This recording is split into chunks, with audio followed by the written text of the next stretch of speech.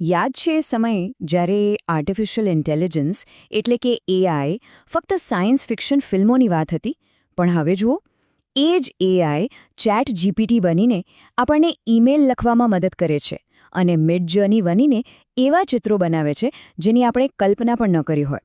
ટૂંકમાં, એઆઈ હવે કોઈ કાલ્પનિક વાત નથી રહી, એ આપણા જીવનની એક વાસ્તવિકતા બની ગયું છે. અને જેવી આ ટેકનોલોજી આપણી જિંદગીનો ભાગ બની, તરત જ એક મોટો સવાલ અને કદાચ થોડો ડર પણ બધાના મનમાં ઊભો થયો છે.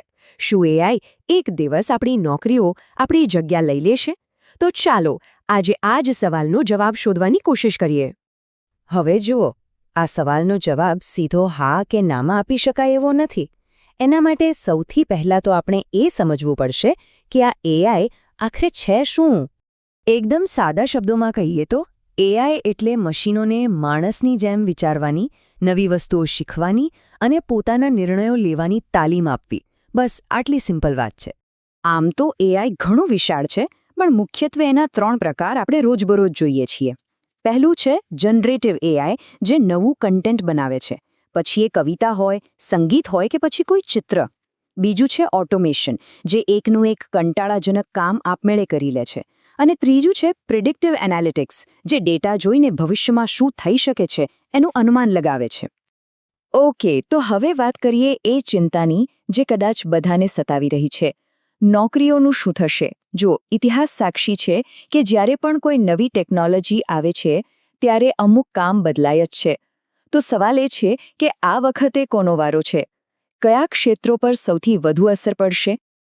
તો સૌથી વધુ જોખમ કોને છે? જવાબ બહુ સીધો છે. એવા કામો કે જે એકદમ રૂટીન હોય, જેમાં એક જ કામ વારંવાર કરવાનું હોય અને જેમાં ઘણા બધા ડેટા સાથે કામ પડતું હોય. કેમ? કારણ કે સાચું કહીએ તો આવા કામમાં એઆઈ આપણા કરતાં ક્યાંય વધુ ઝડપી અને ભૂલ વગર કામ કરી શકે છે. દાખલા તરીકે ડેટા એન્ટ્રીનું કામ વિચારો. એના માટે તો હવે ઓટોમેશન અને ચેટબોટ્સ છે જ. ટ્રાન્સપોર્ટ અને લોજિસ્ટિક્સમાં સેલ્ફ ડ્રાઇવિંગ ગાડીઓ અને ડ્રોન આવી રહ્યા છે. અને હા, થોડું ઘણું લખવાનું કે ડિઝાઇનિંગનું કામ, એના માટે તો જનરેટિવ એઆઈ છે જ, જે સેકન્ડોમાં બધું તૈયાર કરી દે છે. પણ વાર્તાનો આ માત્ર એક જ ભાગ છે. એક બાજુ જોખમ છે, તો બીજી બાજુ તક પણ છે.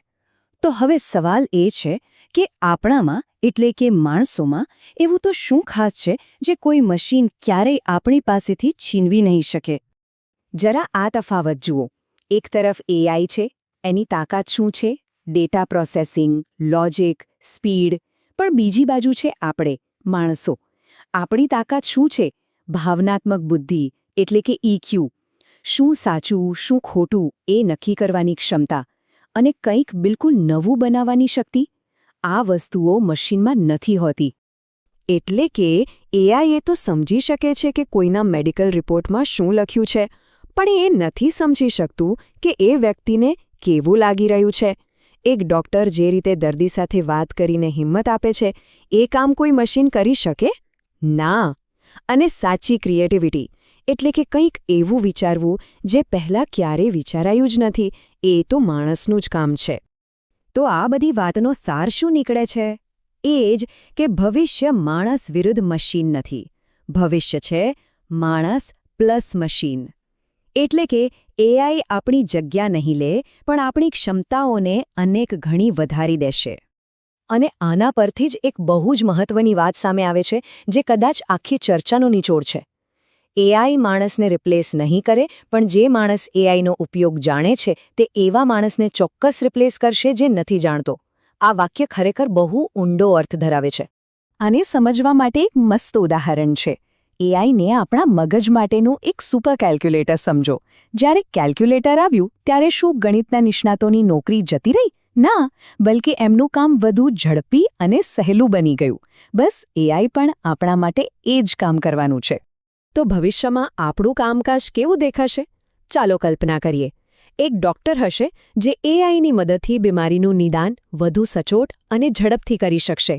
એક એન્જિનિયર હશે જે એઆઈનો ઉપયોગ કરીને પહેલાં કરતાં વધુ મજબૂત અને સારી ડિઝાઇન બનાવે છે. અરે, એક લેખક પણ રિસર્ચ માટે એઆઈનો ઉપયોગ કરીને પોતાનું ક્રિએટિવ કામ વધુ ધારદાર બનાવશે.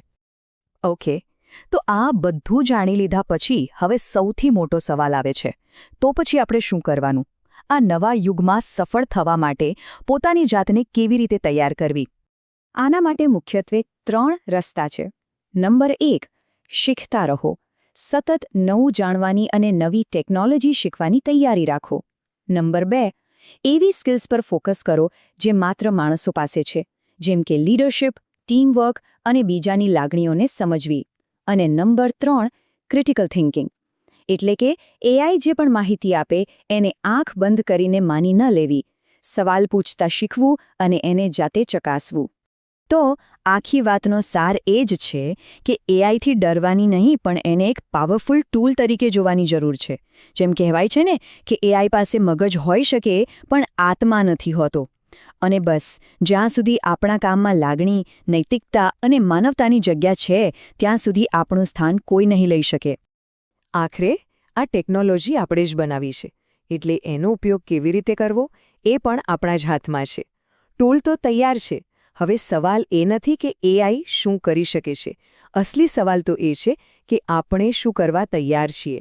શું આપણે આ ભવિષ્ય માટે ખરેખર તૈયાર છીએ?